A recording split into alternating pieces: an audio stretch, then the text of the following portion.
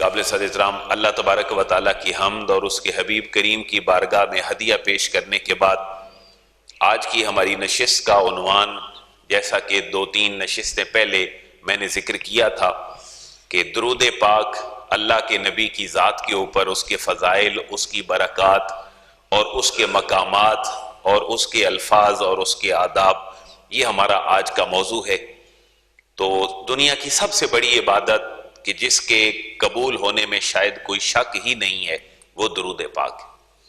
اللہ کے نبی کی ذات پر درود پاک پڑھنا، اللہ سے آپ کی ذات بابرکات پر رحمتوں کے نزول کی درخواست کرنا، یہ ترجمہ ہے اس آیت کا جو میں لفظ آپ کے سامنے عرض کر رہا ہوں کہ اللہ کی بارگاہ میں نبی پاک صلی اللہ علیہ وسلم کی ذات پر جو رحمتوں کے نزول کی درخواست ہے وہ کرنا، یہ درود پاک کہلاتا ہے۔ اور اس کے اوپر نص قطعی موجود ہے قرآن مجید کی کہ اللہ فرما رہا ہے کہ ان اللہ و ملائکتہ یصلون علی النبی، اللہ بھی درود بھیجتا ہے، اس کے فرشتے بھی درود بھیجتے ہیں، اے ایمان والو تم بھی درود بھیجا کرو۔ تو یہ جو اللہ کا، فرشتوں کا اور انسانوں کا درود ہے، اس کے اندر بظاہر ایک فرق ہے۔ جو اللہ درود بھیج رہا ہے وہ اور ہے، جو فرشتے اور انسان بھیج رہے ہیں یہ اور ہے۔ اللہ جو بھیج رہا ہے وہ اپنے انوار اور تجلیات کی بارشیں اپنے نبی پر نازل فرما رہا ہے، اور جو بندے بھیج رہے ہیں وہ اللہ کے حضور ایک درخواست کر رہے ہیں کہ اللہ اپنے حبیب کے اوپر اور ہمارے آقا کے اوپر تو اپنے انوار اور تجلیات نازل فرما، یعنی اللہ نازل فرما رہا ہے اور ہم اور فرشتے اللہ سے ان کے نزول کی درخواست کر رہے ہیں۔ یہ فرق ہے اللہ کے درود بھیجنے میں اور فرشتوں اور انسانوں کے درود بھیجنے میں۔ سورہ احزاب کی آیت نمبر 56 ہے، جس میں اللہ فرما رہا ہے ان اللہ و ملائکتہ یصلون علی النبی یا ایھا الذین آمنوا صلوا علیہ وسلموا تسلیما۔ اس میں درود کا ذکر بھی ہے اور سلام کا ذکر بھی ہے۔ درود و سلام کے درمیان جو فرق ہے اس کو اپنے مقام پر آنے والی حدیث کی روشنی میں ہم واضح کریں گے کہ درود اور سلام میں فرق کیا ہے اور اللہ کے حبیب نے اس کا طریقہ ہمیں کیا بتایا ہے۔ ایک چھوٹا سا سوال ہے ذہنوں میں کہ اللہ تعالیٰ یہ اس کام کا حکم ہمیں کیوں دے رہا ہے؟ اللہ بھی شریک ہے، فرشتے بھی شریک ہیں، اور بندوں کو بھی اللہ شرکت کا حکم فرما رہا ہے۔ اس کی وجہ کیا ہے؟ اس کی وجہ یہ ہے کہ پوری کائنات کا ایک سینٹرل پوائنٹ، ایک مرکزی نقطہ، وہ آقا کریم صلی اللہ علیہ وسلم کی ذات ہے۔ اور اعلی حضرت عظیم البرکت کیا فرماتے ہیں کہ جان ہے وہ جہان کی، جان ہے تو جہان ہے۔ جب حضور معراج پہ تشریف لے گئے تو حضور کا پانی چل رہا ہے جس سے آپ نے وضو فرمایا اور جس سے شک صدر ہوا، اور بستر ابھی گرم ہے، کنڈی ہل رہی ہے، اور ایک جست واحد میں مسجد حرام سے اقصیٰ، پھر سدرۃ المنتہا، پھر لامکان۔ اس کی ایک توجیہ یہ بھی ہے کہ پوری کائنات کا دل جناب رسول اللہ کی ذات ہے، اور جب یہ انسانی باڈی میں یہ چیز کام کرنا چھوڑ دیتی ہے تو پھر انسان سروائیو نہیں کر سکتا۔ تو پوری کائنات کی جان جناب رسول اللہ ہے۔ جب وہ نکل گئی تو ساری چیزیں اپنی اپنی جگہ پر ایسے ہی ٹھہر گئیں۔ جب حضور واپس تشریف لائے تو کائنات کی جان کائنات میں لوٹ آئی، تو پھر کائنات کا پورا نظام دوبارہ چلنا شروع ہو گیا۔ اس لیے اعلیٰ حضرت نے بڑے پیارے انداز میں یہ بات سمجھائی ہے کہ جان ہے وہ جہان کی، جان ہے تو جہان ہے۔ اس لیے رسول اللہ کے آنے پر بھی یہ ساری چیزیں جو ہے وہ موجود ہیں۔ اور یہ کیوں اللہ نے ہمیں حکم دیا ہے؟ میں عموماً ایک جملہ عرض کرتا ہوں کہ جیسے سیلیوٹ کرنا ہوتا ہے، کسی کو سلام کرنا ہوتا ہے، ایسے رسول اللہ کے احسانات کا شکریہ ہے۔ چھوٹے چھوٹے احسانات رسول اللہ نے کیا کیے ہیں ہمارے اوپر، ہم چھوٹے چھوٹے احسانات گنے، ورنہ تو کائنات کی بقا اور ہماری بقا صرف وجود محمد مصطفیٰ صلی اللہ تعالی علیہ وسلم کے ساتھ۔ لیکن احسانات کیا ہیں کہ انسانوں کے اندر انسانیت جناب رسول اللہ کے آنے سے آئی۔ گو آج ایسا نہیں ہے، انسانوں میں انسانیت جو ہے وہ مفقود ہو گئی ہے، اسی لیے تو ایک دوسرے کے گلے پھاڑ رہے ہیں۔ ہندو سکھوں کے پیچھے ہیں، سکھ مسلمانوں کے پیچھے ہیں، کوئی یہودی عیسائی۔ دنیا میں جو انریسٹ ہے وہ رسول اللہ کی تعلیمات سے دوری کی وجہ سے۔ وہ جو ایک آج کے دور میں اور اس دور میں ڈیفرنس ہے وہ یہی ہے کہ حضور کے آنے سے انسانوں کو انسانیت نصیب ہوئی۔ آج بھی مل سکتی ہے لیکن حضور کی تعلیمات پہ اگر عمل ہو تو انسانوں میں انسانیت دوبارہ واپس آ سکتی ہے۔ بہت سارے اس کے اسباب ہیں، یہ تو موضوع ہی الگ ہے کہ انسانوں کی انسانیت چھن کیوں گئی۔ نظام تعلیم ہو، مادیت پرستی ہو، یہ سارے اس کے اسباب ہیں۔ تو حضور کے امت پر جو احسانات ہیں ان کا بدلہ چکانے کا بہترین طریقہ ذات رسالت مآب پہ درود پاک۔ یہ جملہ اپنے ذہن میں رکھ لیں۔ ہم درود کیوں پڑھتے ہیں؟ حضور کے جتنے احسانات ہیں ان کا بدلہ وہ ہم سے ممکن تو نہیں ہو سکتا، لیکن بتقاضۂ بشریت ایک ہمارا فرض پورا ہو جائے۔ وہ حضور کے احسانات کیا وہ وقتی ہیں یا وہ فار ایور ہیں؟ حضور کے احسانات فار ایور ہیں، اور وہ ایسے احسانات نہیں ہیں کہ کسی کو 10 روپے دیں وہ اپنا پیٹ بھرے اور آگے چلا جائے۔ حضور کے احسانات ہیں، دائمی ہیں، پرمنٹ ہیں، لہذا جب تک انسانیت اور کائنات کی بقا ہے امت کو چاہیے کہ حضور کے احسانات کا بدلہ درود پاک کی شکل میں واپس لوٹاتے رہیں۔ تھوڑے سے فضائل دیکھیے گا اس پہ کہ اللہ کے حبیب نے اس درود پاک کے فضائل، پہلی بات تو نص قطعی ہو گئی، سورہ احزاب آیت نمبر 56، یہ آپ کا اس کو یاد کر لیں، سورہ احزاب ہے اور یہ سورت نمبر 33 ہے ویسے اپنی ترتیب کے اعتبار سے، اور اس کی آیت نمبر ہے 56۔ اور اس کا ایک اور طریقہ بھی ذہن میں رکھیں کہ اس کو اپنے بچوں کو یاد کروائیں۔ اس کا فائدہ یہ ہے کہ آپ نماز میں جو قل هو اللہ احد پڑھتے ہیں اس کی جگہ پر یہ آیت بھی پڑھ لیں تو آپ کی نماز مکمل ہو جائے گی، کیونکہ فرض قرات ہماری نماز میں پڑھنا کتنی ہے؟ 3 آیتیں یا ایک اتنی بڑی آیت جو 3 کے قائم مقام ہو، یہ فقہی مسئلہ ہے۔ یعنی قرات کرنا کیا ہے؟ فرض ہے۔ نماز کے اندر 6 فرائض ہیں، تکبیر تحریمہ، قیام، قرات، رکوع، سجود اور قعدہ اخیرہ، جن میں سے قرات کتنی فرض ہے؟ قرآن مجید کی 3 آیات یا ایک بڑی آیت کا پڑھنا یہ فرض ہے۔ تو ایک آیت کے اندر کتنے ایک حروف ہوں، جو علماء نے ایک تجزیہ کیا ہے کہ 6 حروف آپ کی ایک آیت کنسیڈر ہوتی ہے، اور 6 اور 6 12 اور 6 اور ایڈ کریں تو 18۔ ہر وہ قرات جس کے اندر 18 حروف ہوں آپ کی فرض قرات کو پورا کر دے گی۔ اب مجھے بتائیں الف لام میم ایک آیت ہے؟ نہیں ہے، کیونکہ اس کے اندر حروف کتنے ہیں؟ 3 حروف ہیں، جس کے اندر کم سے کم منیمم 6 حروف ہوں وہ آپ کی ایک آیت کنسیڈر ہوتی ہے۔ تو ان اللہ وملائکتہ یصلون علی النبی یا ایھا الذین آمنوا صلوا علیہ وسلموا تسلیما، اس میں 18 سے زیادہ حروف ہیں، اس لیے یہ ایک آیت پڑھنا ہی آپ کی نماز میں آپ کے لیے کافی ہے، بلکہ میں آپ سے یہ سجیسٹ کرتا ہوں آپ کو کہ اس کو پڑھا کریں۔ تو ان اللہ وملائکتہ یصلون علی النبی یا ایھا الذین آمنوا صلوا علیہ وسلموا تسلیما، اس کو نماز میں پڑھیں اور پہلی رکعت میں اس کو پڑھ لیں، اور اگلی رکعت میں جو ہے وہ حضور کی ختم نبوت والی آیت پڑھ لیں۔ ختم نبوت والی ہے 40 نمبر آیت اور یہ ہے 56 نمبر، تو ختم نبوت والی کو پہلے پڑھیں اور اس کو بعد میں پڑھیں تاکہ قرآن کی ترتیب جو ہے وہ مزید آگے چلتی رہے۔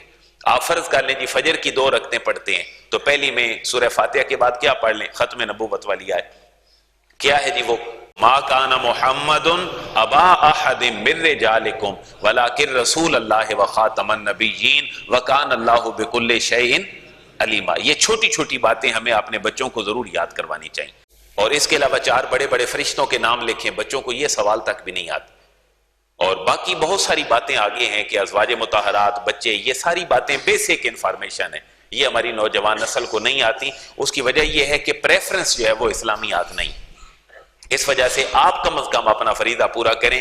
2 قرآن کی میجر آیات جو ہمارے ایمان کا حصہ ہیں، ایک ختم نبوت اور دوسرا درود پاک، ایک ختم نبوت اور دوسری درود پاک، دونوں کا ریفرنس ذہن میں رکھ لیں۔ آج کل نیٹ کی دنیا ہے، موبائل پہ، گوگل پہ، جہاں جائیں آپ آیات لے سکتے ہیں۔ سورہ احزاب کی دونوں آیات ہیں، ایک آیت نمبر 40 ہے اور ایک آیت نمبر 56 ہے۔ سورہ احزاب کی آیت نمبر 40 ختم نبوت اور سورہ احزاب کی آیت نمبر 56 آپ کی درود پاک پہ ہے۔ ما کان محمد، آپ فرض کر لیں جی فجر پڑھ رہے ہیں، آپ ولدالین تک پڑھیں، اس کے بعد شروع کر دیں، کیسے پڑھیں گے؟ ما کان محمد ابا احد من رجالکم ولکن رسول اللہ وخاتم النبیین وکان اللہ بکل شیء علیما۔ اللہ اکبر، آپ رکوع کر لیں۔ آپ اگلی رکعت میں آئیں گے تو الحمدللہ پڑھیں، ولدالین پڑھیں، تو ساتھ کیا پڑھیں گے؟ ان اللہ وملائکتہ یصلون علی النبی یا ایھا الذین آمنوا صلوا علیہ وسلموا تسلیما۔ اللہ اکبر، آپ کا رکوع ہو جائے گا۔ اس لیے یہ 2 اس چھوٹی چھوٹی باتیں یہ ہماری زندگی میں آنا، یہ اسلام ہم سے ریکوائر کرتا ہے۔ اور میں ایک اور بات عرض کر لوں، جو لیگل ورسز ہیں قرآن کی، جن کا جاننا ہر مسلمان پہ لازم ہے، جس نے جینا ہے اور مرنا ہے، اس کو کم از کم کتنی آیات سمجھنا ضروری ہیں؟ 500۔ کتنی جی؟ 500، ان 500 میں سے 2 آیات مبارکہ یہ بھی، کیونکہ حضور پہ ایمان لانا ہمارے ایمان کا حصہ ہے، اور حضور کی ختم نبوت پہ ایمان لانا بھی ہمارے ایمان کا حصہ ہے۔ اس لیے اگر آپ یہ 2 یاد کر لیں تو پیچھے کتنی رہ گئی؟ 498۔ یعنی اگر ہم یوں چل پڑیں تو 1-2 آیات مبارکہ یہ یہاں لکھی ہوئی ہیں، میں آپ کی خدمت میں پیش کر دوں گا، لیکن ان کو یاد کریں اور اپنے بچوں کو یاد کروائیں۔ ختم نبوت کا ریفرنس کیا ہے جی؟ سورہ احزاب آیت نمبر 40 اور جو دوسری سورہ احزاب ہے درود شریف والی وہ 56 نمبر ہے آپ کی آیت مبارکہ، اور سورت جو ہے وہ سورہ احزاب ہی ہے۔ اور پھر اس کے اوپر ہمیں لالچ دیا گیا۔ میں عموماً یہ کہتا ہوں اللہ کو کچھ عمل پسند ہیں، اور وہ صرف وہ عمل ہیں جو رسول اللہ نے کر دی۔ دیکھیں نا جی، چادر میں اور آپ بھی اوڑھ کے سوتے ہیں، لیکن اللہ کو اپنے نبی کی چادر اوڑھنا پسند ہے، اللہ نے اس کا قرآن میں ذکر فرما دی۔ حضور کی ہر کیفیت دیکھیں، یہ ایک موضوع ہی الگ ہے کہ حضور کی پوری جو عادات ہیں، خصائل ہیں، وہ اللہ نے قرآن میں ذکر کر دی ہیں مختلف مقامات پر۔ انشاءاللہ اس کو بھی کئی موضوع رکھیں گے کہ رسول اللہ کا تذکرہ قرآن کے اندر کس کس لیول کے اوپر ہے۔ حضور کا نامی اس میں گرامی اللہ نے 4 مقامات پر ذکر کیا، تو ہمیں لالچ یہ دیا گیا کہ تم میرے نبی پر درود پڑھو میں تمہیں نیکیاں عطا کروں۔ یعنی سوکھا سودا ہے کہ تم میرے نبی پر درود پڑھو میں تمہیں نیکیاں دیتا رہوں، اور اس کی مختلف توجیہات ہیں۔ سب سے پہلی حدیث ہے، مجھے یاد ہے جب میں میٹرک سے پہلے گاؤں میں تھے تو رات کا 9 بجے والا خبرنامہ جو تھا اس سے پہلے ایک حدیث آتی تھی اور اذان بھی آتی تھی، اس میں یہ بات جو ہے وہ آتی تھی، جس نے میرے اوپر 1 دفعہ درود پاک بھیجا، اللہ فرماتا ہے کہ جس نے میرے نبی پر 1 دفعہ درود بھیجا تو اس کے اوپر اللہ کتنی دفعہ رحمت نازل فرمائے؟ 10 دفعہ۔ اب وہ رحمتیں کیسی ہیں وہ اگلی حدیث مبارکہ میں ہے، تو حضور کے الفاظ ذرا سن لیں تاکہ برکت کے لیے میری زبان پاک ہو، آپ کی سماعت پاک ہو۔ حضور نے فرمایا من صلی علیہ واحدہ صلی اللہ علیہ عشرہ، حضور نے فرمایا جو مجھ پر 1 مرتبہ درود یا صلات بھیجے اللہ اس پر 10 مرتبہ رحمت نازل فرمائے۔ تو حضور نے فرمایا جو میرا نام سنے اس کو چاہیے کہ وہ میری ذات پر درود پاک پڑھے۔ اس لیے آپ جب بھی حضور کا ذکر خیر ہو، آج کی ہمارے اس جمعے میں آپ درود شریف پڑھیں، اور پڑھنا جو مرضی ہے پڑھیں، چھوٹے سے چھوٹا بڑے سے بڑا۔ سورہ جو ہے ہمارا نماز والا درود پاک جو درود ابراہیمی ہے اس کی فضیلت حضور نے بیان فرمائی ہے، وہ اگلے صفحے پہ ہے، میں آتا ہوں تو ذکر کرتا ہوں۔ مختصر سا آپ اتنا بھی پڑھ سکتے ہیں، صلی اللہ علیہ وسلم، صلی اللہ علیہ وسلم، اس میں صلات بھی ہے اور سلام بھی ہے، صلی اللہ علیہ وسلم۔ تو اللہ یہ ہوا یہ کہ اللہ ہمیں کہہ رہا ہے تم میرے نبی پر درود بھی بھیجو، اور صلی اللہ کا معنی کیا ہے؟ اللہ بھیج اپنے نبی پر درود بھی اور سلام بھی۔ تو ذرا لاجک دیکھیں، اللہ کہہ رہا ہے تم بھیجو، ہم کیا کہہ رہے ہیں؟ اللہ تو بھیج۔ یہ منطق سمجھ آئی آپ کو؟ اللہ کہہ رہا ہے اے ایمان والو یا ایھا الذین آمنوا صلوا علیہ وسلموا تسلیما، میرے نبی پر درود بھی بھیجو، اور ہم کیا کہتے ہیں؟ صلی اللہ علیہ وسلم، اللہ تو ان پر سلام صلات بھی بھیج اور تو درود بھی بھیج۔ اس کی منطق کیا ہے؟ اللہ کہہ رہا ہے تم بھیجو، ہم کہتے ہیں اللہ تو بھیج، تو بھیج کون رہا ہے؟ اللہ اس کے طریقہ کار کو یوں کیوں بیان فرمایا؟ اس کے بارے میں فرمایا کہ اللہ تبارک و تعالی اپنے نبی پر اس کی شان کے مطابق برکت نازل فرما سکتا ہے، لیکن ہم حضور کی شان کے مطابق آپ پر شاید درود نہ بھیج سکیں۔ ہماری سوچ ناقص، ہماری زبانیں ناقص، ہمارے الفاظ ناقص، تو اللہ کے نبی پر اللہ ہی اپنی شان کے مطابق بہتر الفاظ میں بھیج سکتا ہے۔ اگر ہم بھیجنا چاہیں تو کیسے بھیجیں گے؟ یہ تو ہے نا صلی اللہ علیہ وسلم، یہ دونوں دعائیہ کلمات ہیں۔ جیسے آپ کسی بزرگ کے بارے میں کہتے ہیں نا رحمہ اللہ یا رضی اللہ، تو اس میں بھی ہم اسی طرح کے الفاظ جو ہیں وہ بولتے ہیں، لیکن یہاں کیسے ہونا چاہیے؟ اگر ہم بھیجنا چاہیں تو ہم یوں کہیں گے الصلاۃ والسلام، اور کچھ خطاب کے قائل ہیں کچھ خطاب کے قائل نہیں ہیں۔ اہل سنت کا مشرب یہ ہے کہ پڑھا جائے الصلاۃ والسلام علیک یا سید المرسلین، لیکن کچھ احباب جو ہیں وہ علیکہ کے بجائے پڑھیں الصلاۃ والسلام علی سید الانبیاء والمرسلین، اس میں پھر سیکنڈ پرسن نہیں ہوتا، اس میں تھرڈ پرسن کی کیفیت میں جاتا ہے۔ لیکن اگر ہم بھیجنا چاہیں تو ہمیں ان الفاظ میں بھیجنا پڑے گا۔ اور پھر چلیں پہلے حدیث وہ سن لیں کہ سلام ہم کیسے پڑھیں گے حضور کی ذات بابرکات کے اوپر۔ یہ صحیح بخاری کی حدیث مبارکہ ہے، اس کو یاد کر لیں 4797۔ کیا نمبر حدیث ہے جی؟ 4797. یہ صحیح بخاری کی حدیث ہے. حضرت کعب بن عجزہ رضی اللہ تعالیٰ عنہ سے روایت ہے. عرض کیا گیا یا رسول اللہ آپ پر سلام کا طریقہ تو ہمیں پتہ چل گیا، آپ پر ہم درود کیسے بھیجیں؟ ذرا اس کو کینلی سنیے گا میری اس بات کو، تاکہ ہم اس جھگڑے کو ختم کرنے کی طرف آ جائیں. حضرت کعب بن عجزہ کہتے ہیں عرض کیا گیا حضور آپ پر سلام کا طریقہ تو ہمیں پتہ چل گیا، لیکن حضور ہمیں کیا بتا دیں؟ درود کا طریقہ بتا دیں. پھر ریپیٹ کر رہا ہوں تاکہ آپ کے ذہن میں بیٹھ جائے. حضور ہمیں سلام کا طریقہ تو پتہ چل گیا ہے، آپ ہمیں درود بھی بتا دیں کہ ہم آپ کی ذات پر کیسے پڑھیں. دو سوال ہو گئے، سلام پتہ چل گیا، محبوب درود آپ بتا دیں. تو حضور نے کیا درود بتایا؟ آپ نے فرمایا درود پڑھو اللہم صلی علی محمد وعلی آل محمد کما صلیت علی ابراہیم وعلی آل ابراہیم انک حمید مجید اللہم بارک علی محمد وعلی آل محمد کما بارکت علی ابراہیم وعلی آل ابراہیم انک حمید. اب سوال کیا تھے؟ حضور سلام پتہ چل گیا، درود آپ بتا دیں. حضور نے درود بتا دیا. سلام صحابہ کو کہاں سے پتہ چلا؟ یعنی صحابہ عرض کرتے ہیں حضور ہمیں سلام کا پتہ ہے، درود آپ بتا دیں، درود کیسے پڑھیں؟ حضور نے فرمایا درود یوں پڑھا کرو اللہم صلی علی محمد وعلی آل محمد کما صلیت. اور میری ریکویسٹ ہے کہ میری اس حدیث کے بعد بریلوی دیوبندی اہل حدیث کنسیپٹ ذہن میں رکھ کے میری بات نہ سنیں، نہ میں وہ ذہن میں رکھ کے کر رہا ہوں. صرف مسلمان ہو کے اور حضور کا امتی ہو کے سنیں. حضور ہمیں سلام کا پتہ ہے، درود آپ بتا دیں. تو درود کیا بتایا؟ درود ابراہیمی. سلام صحابہ کو کہاں سے پتہ چلا؟ وہ سلام کیا ہے کہ حضور سلام کا پتہ ہے، درود آپ بتا دیں. جو سلام پہلے پڑھا گیا اس درود سے پہلے حضور مجھے آپ پر سلام کا ہمیں پتہ ہے، آپ درود بتائیں آپ کے اوپر درود کیسے پڑھیں. تو ذرا وہ الفاظ سنیں جو صحابہ کرام نے کہا حضور ہمیں کیا ہے پتہ ہے. وہ ذرا شروع کریں. وہ کہاں سے شروع ہوں گے؟ التحیات للہ والصلوات والطیبات والسلام علیکہ ایھا النبی ورحمۃ اللہ وبرکاتہ. حضور آپ پر سلام کا تو ہمیں پتہ ہے، اب آپ درود بتا دیں کہ کیا پڑھا کریں. تو پتہ چلا کہ صحابہ کرام جس سلام کو حضور کی ذات پر پڑھتے تھے وہ سیکنڈ پرسن سیغے کے ساتھ تھا، وہ تھرڈ پرسن کے سیغے کے ساتھ نہیں تھا. الصلاۃ والسلام علیکہ یا سید المرسلین. حضور کے صفاتی نام جتنے مرضی لگا دیں. تو یہ جو صحیح بخاری کی حدیث ہے اس میں افضلیت کس کی ہے؟ درود ابراہیمی کی. افضلیت کس کی ہے؟ درود ابراہیمی کی. لیکن سلام کیا پڑھا گیا حضور کی ذات پر؟ السلام علیکہ ایھا النبی. تو کیا حضور کی زندگی میں پڑھا گیا یا بعد میں بھی پڑھا جاتا ہے؟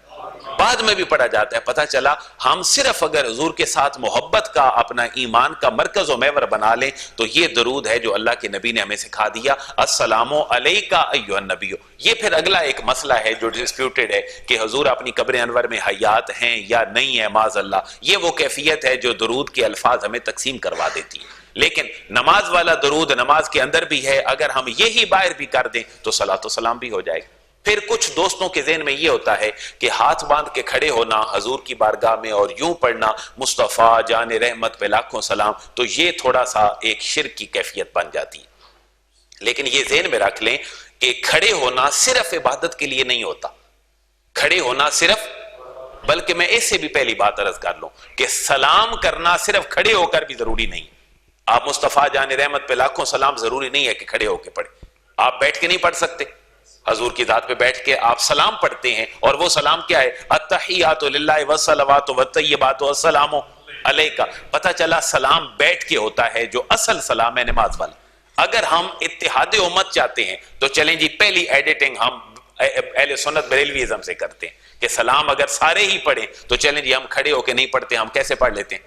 بیٹھ کے پڑھ لیتے ہیں. اور بیٹھ کے کیا ایسے نہیں پڑھا جا سکتا مصطفیٰ جان رحمت پہ لاکھوں سلام، شمع بزم ہدایت پہ لاکھوں سلام؟ لہذا بیٹھ کے بھی درود اور سلام. اگلی بات ہے کہ اگر کوئی کھڑے ہو کے پڑھتا ہے تو وہ اگر یہ ذہن میں رکھتا ہے کہ میں عبادت کی نیت سے کھڑا ہوں تو عبادت کے لیے قیام صرف اللہ کی بارگاہ کے لیے، عبادت کی نیت سے قیام صرف اللہ کی بارگاہ کے لیے. اور حضور کی بارگاہ میں جو کھڑے ہونا ہے یہ تعظیم کے لیے کھڑے ہونا ہے.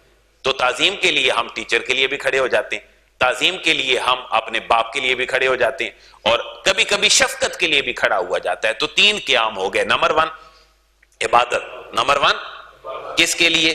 اللہ کے لیے. اور تعظیم بڑے کے لیے، رسول اللہ کے لیے، والد کے لیے، ٹیچر کے لیے، شوہر کے لیے، ہر ایک کے لیے. لیکن اگر کبھی بڑا چھوٹے کے لیے کھڑے ہو جائے تو نہ تو وہ عبادت ہوگی، نہ تعظیم ہوگی، وہ شفقت ہوگی. وہ کیا ہوگی؟ اور رسول اللہ سے یہ تینوں قیام سنت سے ثابت ہیں. حضور نے عبادت کے لیے قیام کیا، ہمارا نماز میں قیام فرض ہے.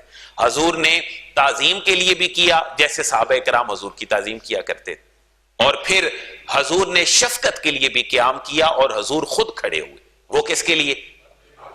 حضرت جناب خاتون جنت فاطمہ الزہرا کے لیے کھڑے ہوئے. اور پھر اگلی بات ایک اور دیکھ لیں، صحیح بخاری کی حدیث ہے. حضور نے فرمایا، حضرت سعد رضی اللہ تعالیٰ عنہ کے بارے میں یہودیوں نے کہا جب غزوہ ہو گیا کہ یہودیوں کا فیصلہ کیا ہوگا، تو یہودی کہتے ہیں جی ہمیں آپ پر اعتماد نہیں ہے، ہم سعد کے فیصلے کو قبول کریں گے.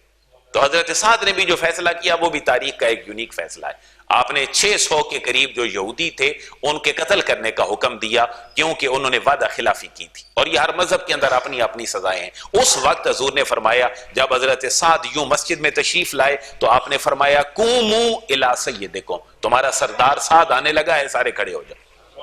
اور حضور بھی پھر کھڑے ہو گئے. یہ کھڑے ہونا نہ تو عبادت کے لیے ہے نہ تعظیم کے لیے، یہ کھڑے ہونا شفقت کی بنا پر. یہ کھڑے ہونا، اس لیے میرے بھائیوں بالکل مر کے قبر میں آپ لوگوں نے اور میں نے اکیلے جانا ہے. میں بالکل دیانتداری سے یہ جملہ کہتا ہوں، ہمارے جتنے سیکٹ اور مسالک آج موجود ہیں، بریلوی، دیوبندی، اہل حدیث، باقی اہل تشیع، سب کو شامل کر لیں، میں دیانتداری سے کہہ رہا ہوں، حضور کی ذات پر درود لکھا ہوا میرے سامنے ہے. ان میں سے اگر کسی کو کہیں کہ یہ اسلام کی 100% شیپ ہے تو کم از کم میں یہ دعویٰ نہیں کر سکتا. شاید میری بات آپ فالو کر رہے ہیں کہ ہمارے اس دور کے سیکٹ جتنے روایتی ہیں، ہم اگر کہیں کہ ان میں سے ایک کوئی 100% اسلام کی تصویر ہے تو کم از کم میں اس کا دعویٰ نہیں کر سکتا. آپ کہیں جی بریلویت 100% اسلام کی شکل ہے، نہیں، آپ غلو کرتے ہیں.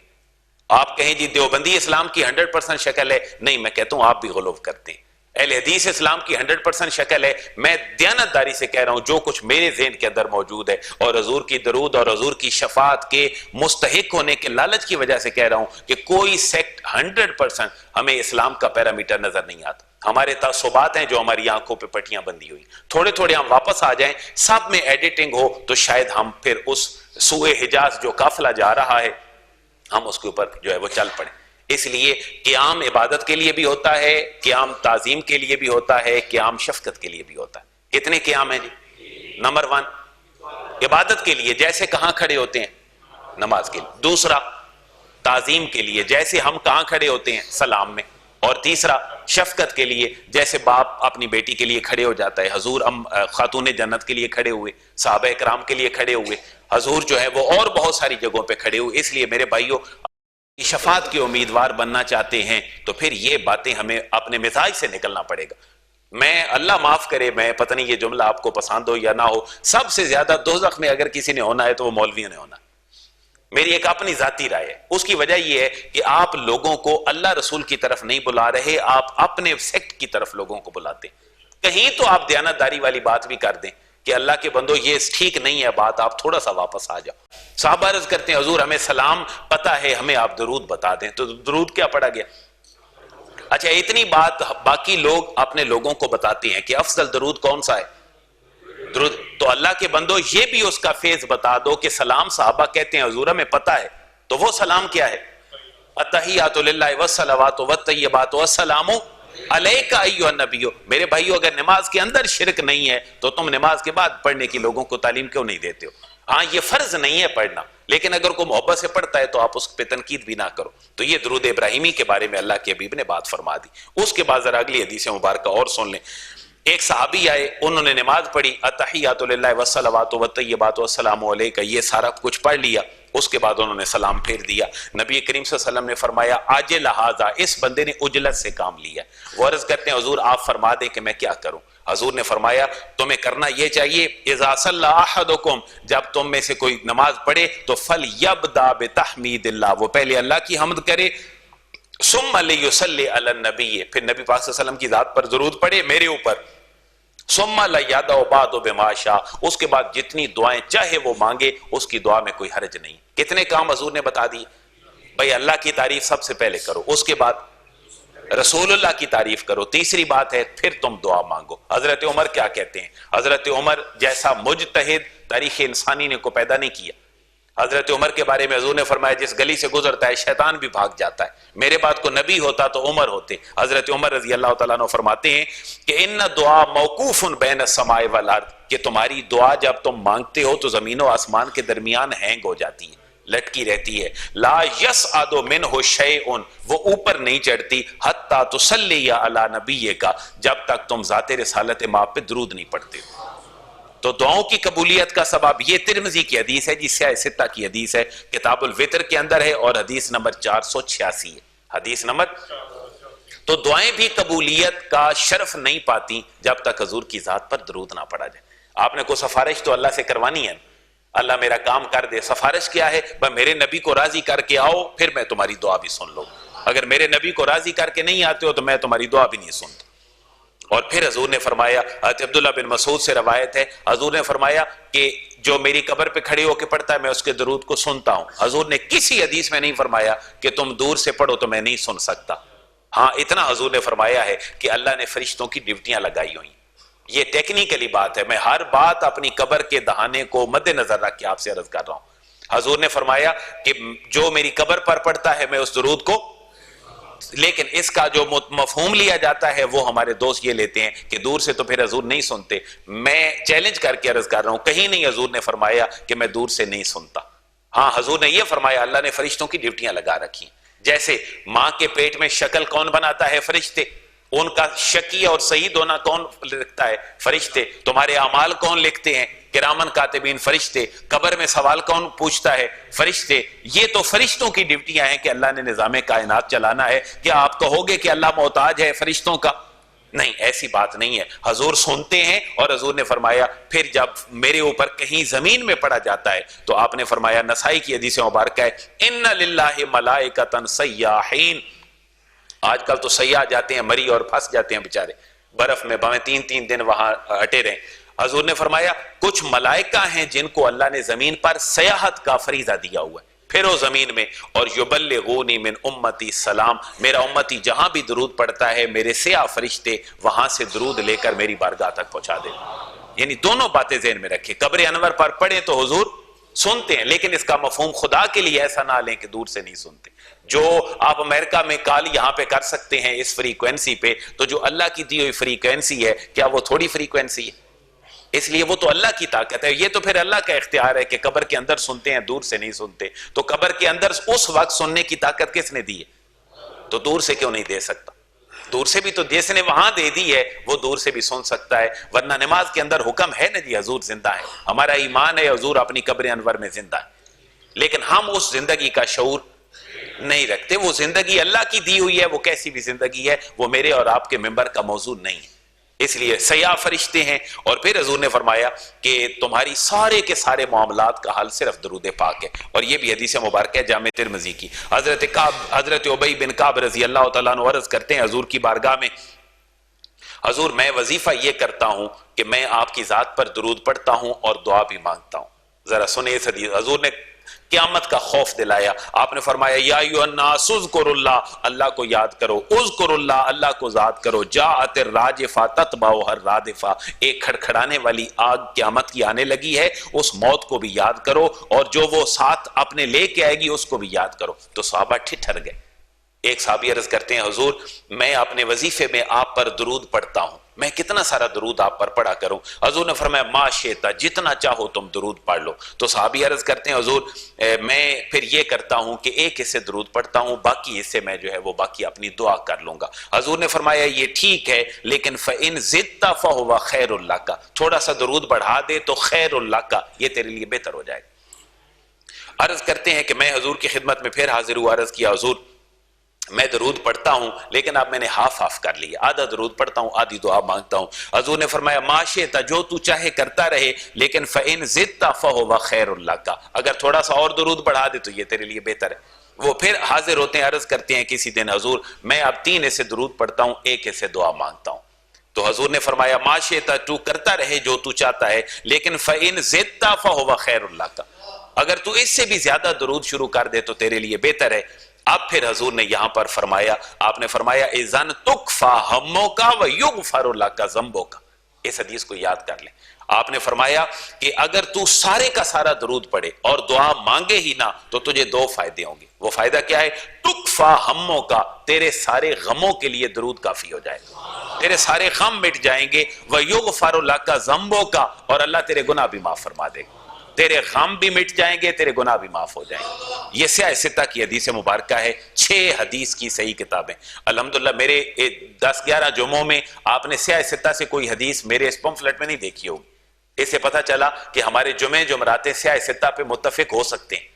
تو یہ حدیث مبارکہ بھی سیاہ ستہ میں سے ہے کہ تم اگر دعا نہ بھی مانگو، سارا درود بھی پڑھ لو، تو پھر بھی اللہ تمہاری دعاؤں کے لیے جو ہے وہ معاملہ بہتر فرما دے گا، تمہارے گناہ مٹ جائیں گے اور تمہارے غم جو ہیں وہ دور ہو جائیں گے. اور پھر ابو داؤد کی حدیث مبارکہ ہے، حضرت ابو ہریرہ نے فرمایا ما من احد یسلم علی، یہ آپ اپنی خوشبختی پہ ناز کریں. حضور کیا فرماتے ہیں؟ ما من احد، کوئی بندہ بھی دنیا میں ایسا نہیں ہے، یسلم علی، جو میرے اوپر سلام کرے اور میں اس کو سنوں نہ یا میں اس کا جواب نہ دوں.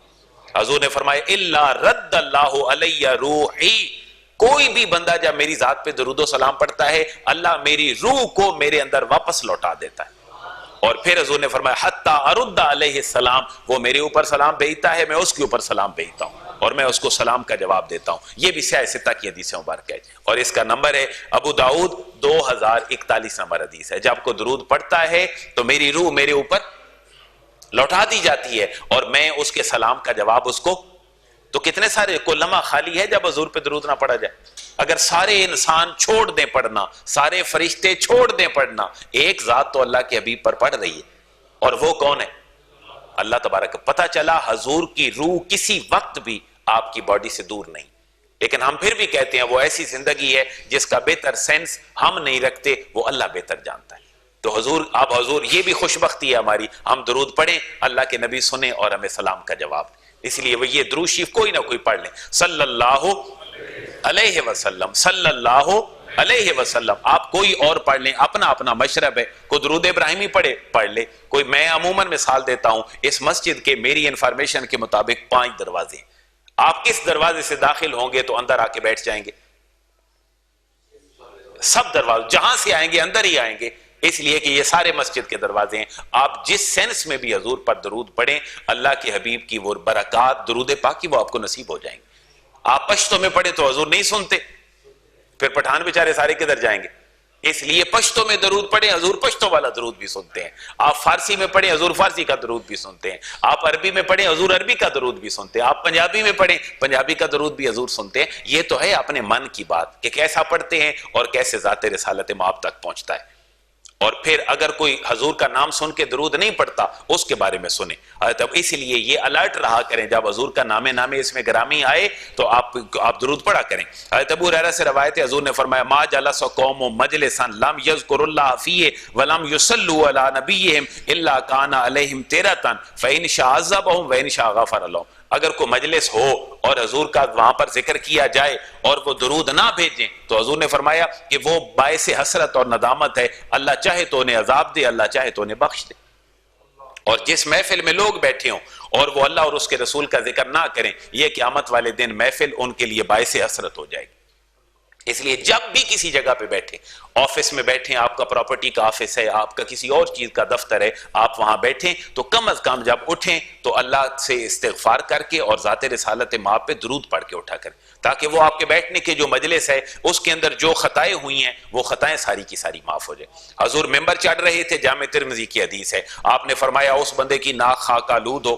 یعنی ایک عربی محاورہ بن گیا تھا، جیسے بندہ کہتا ہے نا وہ فلاں بندے نے بڑا نقصان اٹھایا ہے، تو عربوں کی زبان پہ کیا ہوتا تھا؟ فلاں کی ناک خاک آلود ہو. حضور نے 3 دفعہ فرمایا. صحابہ نے پوچھا حضور کس کے لیے آپ نے یہ کہا؟ آپ نے فرمایا ایک وہ بندہ کہ رمضان آیا اور رمضان میں وہ اپنی بخشش نہ کروا سکا، وہ بندہ خواب و خاسر ہوا. اور دوسرا وہ بندہ جس کے والدین بڑھاپے میں اس کو ملے اور وہ جنت کا باعث نہ بنا سکا اپنی ماں اور باپ کو، وہ بندہ بھی جو ہے وہ خواب و خاسر ہے. تیسری دفعہ حضور نے فرمایا جس بندے کے سامنے میرا ذکر کیا جائے اور میرے اوپر وہ درود نہ پڑے، وہ بندہ بھی نامراد، وہ بندہ بھی اپنے کمال تک نہیں پہنچے گا. اس لیے میرے بھائیو درود اپنی زندگی میں شامل کریں. اور ایک بات آپ سارے جانتے ہیں، افضل ترین دن اور وقت اور گھڑی حضور کی ذات پر درود پڑھنے والا کون ہے؟ جمعہ. کبھی سوچا کہ جمعہ کیوں ہے؟ جمعہ اور رسول اللہ کا بڑا تعلق ہے. وہ تعلق یہ ہے کہ جمعہ سید الایام ہے، دنوں کا سردار ہے. جمعہ دنوں کا سردار ہے اور حضور انسانوں کے سردار ہیں. آپ پوری کائنات کے سردار ہیں. تو ایک ڈیکورم بنا دیا، جیسے ہمارا 23 مارچ آئے توپوں کی سلامی ہوتی ہے، 14 اگست میں توپوں کی سلامی ہے، بس سید الایام آیا، دنوں کا سردار، اس میں سید الانام کا ذکر کرو تاکہ ان کے سٹیٹس کے مطابق حضور تک یہ انوار و تجلیات پہنچ سکے. اس لیے جمعے والے دن کثرت سے درود پڑھے. ابن ماجہ کی حدیث ہے، حضرت شداد بن اوس سے روایت ہے، حضور نے فرمایا تمہارا افضل دن جمعے کا دن ہے. اس دن آدم پیدا ہوئے، اسی دن سور پھونکا جائے گا، اسی دن قیامت آئے گی. اس دن میرے اوپر کثرت سے درود پڑھا کرو. فإن صلاتکم معروضۃ علیہ، تمہارا درود پڑھنا میرے اوپر پہنچایا جاتا ہے.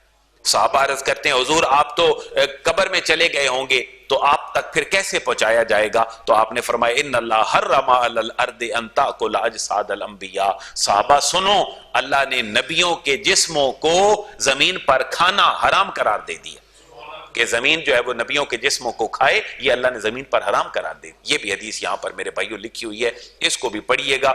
اور پھر حضور نے فرمایا قیامت والے دن سب سے زیادہ میرے قریب وہ ہوگا جس نے سب سے زیادہ میرے اوپر درود پڑھا ہو.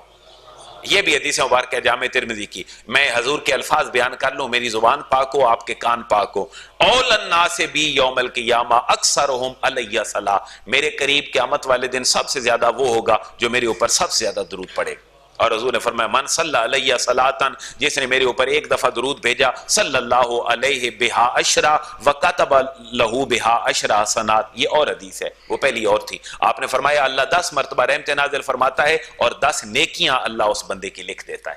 حضرت علامہ اقبال سے کسی نے پوچھا کہ تمہارے کلام میں اتنی تاثیر کیوں ہے؟ تو علامہ کے بارے میں یہ بات مشہور ہے کہ وہ علامہ کہتے ہیں میں نے ذات رسالت مآب پہ 1.5 کروڑ دفعہ درود پڑھا ہے، اللہ نے میری زبان کے اندر تاثیر پیدا فرما دی ہے. حضرت علامہ کا ذرا درود سنیں. حضرت علامہ اقبال کیا کہتے ہیں؟ علامہ بڑی اندر کی کیفیت میں بات کرتے ہیں. گرچہ دانا حال دل با کس نہ گفت. علامہ کہتے ہیں اپنے آپ کو خطاب کرتے ہوئے کہیں تنہائی میں بیٹھے ہیں اور حضور کے ساتھ اور اللہ کے ساتھ اپنی وہ لے جوڑے بیٹھے ہیں، تو علامہ کہتے ہیں گرچہ دانا حال دل با کس نہ گفت. علامہ کہتے ہیں میں جانتا ہوں کہ عقل مند آدمی کبھی اپنا دکھ کسی سے شیئر نہیں کرتا، وہ خود اس کا سلوشن ڈھونڈتا ہے. علامہ کا انداز آپ ذرا دیکھیں کہ گرچہ دانا حال دل با کس نہ گفت از تو درد خیش نہ توانم نہ ہفت. لیکن حضور میں اتنا دانا بھی نہیں ہوں کہ آپ سے بھی اپنے درد کو چھپا سکوں. آپ سے تو میں اپنے درد کو چھپا ہی نہیں سکتا، پھر اپنا درد کیا بیان کرتے ہیں. علامہ کہتے ہیں چوں بنام مصطفیٰ خانم درود، جب میں مصطفیٰ کریم کی ذات پر درود پڑھتا ہوں، از خجالت آب می گردد وجود، میرا پورا وجود پسینے سے بھر جاتا ہے. علامہ سے پوچھا گیا کیوں بھرتا ہے؟ علامہ کہتے ہیں عشق می گوید کہ اے محکوم غیر سینہ تو از بتاں مانند دیر. علامہ کہتے ہیں اس لیے میرے جسم پہ پسینہ آ جاتا ہے کہ مجھے عشق پکار پکار کے کہتا ہے کہ تو نے اپنی ذات پر حکومت تو کسی اور کی مان رکھی ہے اور درود میری ذات کے اوپر پڑتا ہے. تو اپنی عادتیں اور اپنا پیچھے چلنا، تو تیرا جو فالو اپ ہے، تو جو فالوئنگ کر رہا ہے، وہ تو میری نہیں کر رہا، تو کس زبان سے میرے اوپر تو درود پڑتا ہے؟ یہ میرے اور آپ کے لیے الارمنگ کیفیت ہے یا نہیں؟ علامہ کہتے ہیں میں جب درود پڑھتا ہوں تو میرا جسم پسینے سے شرابور ہو جاتا ہے اور میرا عشق مجھے پکار کے کہتا ہے عشق می گوید کہ اے محکوم غیر، تیرا حاکم تو کوئی اور ہے، تو مجھے اپنی جان پر حاکم ہی نہیں سمجھتا. تیری ذات پہ قبضہ کسی اور کا ہے، حاکم تیرے اوپر کوئی اور ہے، تو محکوم ہے، تو کے زبان سے درود پڑتا ہے، اور تیرا جو سینہ ہے وہ تو کسی دیر میں رکھے ہوئے بتوں کی طرح ہو چکا ہے، تو میرے اوپر تو کس طریقے سے درود پڑتا ہے؟ تانہ داری از محمد رنگ و بو از درود خود میالا نام او. اس وقت تک تو درود کی برکات حاصل نہیں کر سکتا جب تک کہ تو محمد کی رنگ و بو اپنے اوپر نافذ نہ کر، جو میں نے کہا ہے جب تک تو وہ نہ کر لے. اور علامہ نے میرے اور آپ کے لیے، بچوں کے لیے بھی کچھ کہا ہے.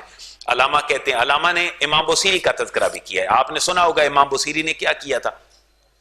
حضور کا قصیدہ لکھا تھا، آپ کو فالج ہو گیا آخری عمر میں، تو رات کو حضور کا قصیدہ مولا یا صلی وسلم پڑھ لیں، مولا یا صلی وسلم دائماً ابدا علی حبیبک خیر الخلق کلہم۔ جب یہ لکھا سو گئے، حضور تشریف لائے، آپ نے چادر دی اور امام بصیری کے جسم پہ ہاتھ پھیرا تو اللہ نے شفا دے دی۔ سنیں علامہ کیا کہتے ہیں، علامہ کہتے ہیں اے بصیری را ردا بخشندہ، اے وہ شخصیت جس نے بصیری کو چادر دی تھی، مجھے بھی تو کو رابطہ دے کہ میں تیرے ساتھ اپنا تعلق بڑھا سکوں۔ اور پھر کہتے ہیں ہست شان رحمتت گیتی نواز آرزو دارم کے میرم در حجاز۔ علامہ کہتے ہیں کہ آپ تو بڑے جو ہیں وہ غریب نواز ہیں، آپ کی غربت نوازی کا تقاضا ایک یہ بھی ہے کہ میں حجاز میں مرنا چاہتا ہوں، دعا کریں کہ مجھے مدینے کے اندر موت آئے۔ یہ علامہ کہتے ہیں۔ اور پھر میرے اور آپ کے گریبان کو یوں پکڑ کے علامہ نے جھنجھوڑا ہے۔ کیسے؟ علامہ کہتے ہیں اے تہی از ذوق و شوق و سوز و درد، اے سوز درد ذوق شوق سے خالی 2019 کے انسان، می شناسی اسر ما با ما چے کر، تو جانتا ہی نہیں ہے کہ اس زمانے نے میرے اور تیرے ساتھ کیا کر دیا۔ میں توجہ چاہوں گا 45 سیکنڈ کے لیے علامہ کے اس جملے پہ۔ علامہ کہتے ہیں اے ذوق و شوق اور سوز و درد سے خالی انسان، تجھے پتہ ہی نہیں ہے کہ اس زمانے نے تیرے ساتھ کیا کر دیا۔ پھر آواز آئی کیا کیا ہے علامہ، تو کیا کہنا چاہتا ہے؟ تو علامہ کہتے ہیں اسر ما مارا زیما بیگانہ کر۔ سنیں ذرا، یہ آج کی باتیں ہیں 2019 کی۔ علامہ کہتے ہیں اسر ما ہمارے زمانے نے مارا ہمیں ازما ہمی سے بیگانہ کر دور کر دیا۔ اس زمانے نے ہمیں ہم سے ہی جدا کر دیا، ہمیں اپنی بھی خبر نہیں ہے۔ گھر میں بیوی بچے موجود ہیں، ایک ٹیبل پہ بیٹھے ہیں، ہر ایک اپنے موبائل میں مست ہے، کسی کو کسی کی کوئی پرواہ نہیں۔ یہ علامہ کا شعر تعویذ بنا کے اپنے گھروں میں رکھیں۔ اسر ما مارا زیما بیگانہ کر، ہمارے زمانے نے ہمیں ہم سے ہی کیا کر دیا؟ بیگانہ کر دیا۔ میرے بھائیو پتہ ہی کوئی نہیں، صبح اٹھے ابھی بچے سوئے ہیں، گھر سے نکلے واپس آئے تو بچے سوئے ہیں۔ یہ ہے میری اور آپ کی زندگی، سب کچھ نظر ہے۔ دوستوں کے ساتھ ہمیں چڑے کھانے جائیں تو گجرانوالا تک چلے جائیں، لیکن گھر کے اندر محبت نہ بانٹ سکیں۔ فیس بک پہ 5000 فرینڈ کے بعد فیس بک بلاک ہے، لیکن گھروں کے اندر ہماری دوستی اپنی ماؤں کے ساتھ نہیں ہے۔ مائیں تڑپ رہی ہیں، بچہ باہر دوستوں کے ساتھ فرینڈ شپ میں مصروف ہے۔ اور پھر اسر ما مارا زما بیگانہ کر، از جمال مصطفیٰ بیگانہ کر، حضور کے جمال سے اس زمانے کی مصروفیات نے ہمیں بیگانہ کر دی۔ جو رزق میرے رب نے میرے اور آپ کے لیے لکھا ہے وہ ہمیں ملنا ہے، جو نہیں لکھا وہ نہیں ملنا۔ تو تھوڑا سا سٹے کریں اپنی زندگی میں، تھوڑا سا سوچیں کہ ہم کس طرف جا رہے ہیں۔ ہمارے 24 گھنٹے بیزی ہیں، اتنا انسان سے تاریخ انسانی میں کام نہیں لیا گیا جتنا آپ خود سے کام لے رہے ہیں۔ اور اگلا جملہ بطور ٹیچر پروفیسر کے عرض کر دوں کہ آپ بچوں سے اتنی ایجوکیشن لیبر کروا رہے ہیں جتنی حضرت آدم سے لے کر ٹل دس ڈے کسی بندے سے نہیں لی گئی، لیکن کچھ آؤٹ پٹ نہیں ہے۔ میرے بھائیوں، آپ کے بچے، میرے بچے اور مسلمانوں کے بچے اور سارے مسالک کے لوگوں کے بچے، ان سے انسانیت چھن گئی۔ خدا کے لیے واپسی سوچیں۔ واپسی کا ایک ٹول بتا رہا ہوں، کہیں زندگی میں رات کو 24 گھنٹے تھوڑی دیر کے لیے سوچیں میں کہاں کھڑا ہوں، میرا کاروبار کہاں کھڑا ہے، میری سوچ کیا ہے، میری 24 گھنٹے کی ایکٹیویٹیز کیا ہیں۔ مجھے امید ہے کہ آپ ضرور واپسی کا سوچیں۔ یہ جو چابی لگی ہے جو ہمارے وہ روبوٹ کو کھڑی نہیں ہونے دے رہی، ایک لمحے کے لیے اس کو روک کے سوچیں۔ میرا اپنا تجربہ یہ، آپ بہت کچھ واپس آ جائیں گے۔ آپ کو احساس ہوگا کہ یار میں تو مشین بن گیا ہوں اس زمانے میں کس کے لیے کر رہا ہوں۔ آج ایک میسج آیا، کسی نے گروپ میں شیئر کیا، اب ہے 1 فروری 2019۔ آپ سوچیں آنکھ بند کر کے لیے 1 فروری 2119، بہت بڑا میسج تھا، میں نے اس سے بہت کچھ سیکھا ہے۔ آج ہے 1 فروری 2019، آپ سوچیں 1 فروری 2119۔ مجھے بتائیں اس پوری مسجد میں سے کتنے لوگ ہیں جو اس دنیا میں ہوں گے؟ تو پھر کس کے لیے کر رہے ہیں؟ جس کے لیے آپ لیبر کر رہے ہیں، پتہ نہیں وہ آپ کتنا دادا کو یاد کرتے ہیں، مجھے ذرا بتائیں۔ آپ اپنے مرے ہوئے باپ کو 24 گھنٹوں میں کتنی دیر یاد رکھتے ہیں؟ ذرا اپنے آپ سے مراقبے کی کیفیت میں جا کے پوچھیں۔ میرے بھائیو، اگر تم اور میں یاد نہیں کرتے ہو تو ہماری نسل بھی ہمیں یاد کوئی نہیں کرے گی۔ ہمیں تو کچھ سکھا دیا گیا تھا، لیکن آپ لوگوں نے، میں دیانتداری سے آپ کے ساتھ مہربان ہو کے عرض کر رہا ہوں، آپ لوگوں نے اپنی نسل کو کچھ ڈلیور نہیں کیا، کچھ بھی ڈلیور نہیں کیا۔ حتیٰ کہ مرنے کے بعد غسل، کفن، دفن آپ کا جو ہونا ہے وہ بھی آپ نے اپنے بچوں کو کوئی نہیں سکھایا۔ تو پھر کہاں کھڑے ہو؟ ذرا آج کے 50 سال بعد ذرا سوچ لو۔ میرا خیال ہے زندگیوں میں اطمینان ضرور آ جائے گا۔ اس لیے میرے بھائیو، خدا کے لیے تھوڑی سی واپسی سوچو. میں نے ایک درود اس کے اوپر لکھ دیا ہے جو چھوٹا سا درود ہے, کوئی درود بھی پڑھیں بلغ اللعب کمال ہی, ہمیں کوئی کنسر نہیں ہے, حضور کی ذات پہ درود ہونا چاہیے. اس کے اوپر ایک لکھا ہے اور وہ جامع سا ہے, صلی اللہ علی حبیبہ سیدنا محمد وآلہ واصحابہ وازواجہ وسلم. کوئی درود ضرور پڑھا کریں اور روزانہ کی بنیاد پر پڑھا کریں. اللہ ہمارے غم اور ہم سب کے لیے کفایت فرما دے. اللہ ہمیں عمل کی توفیق نصیب فرمائے. وما علیہ الا البلاغ.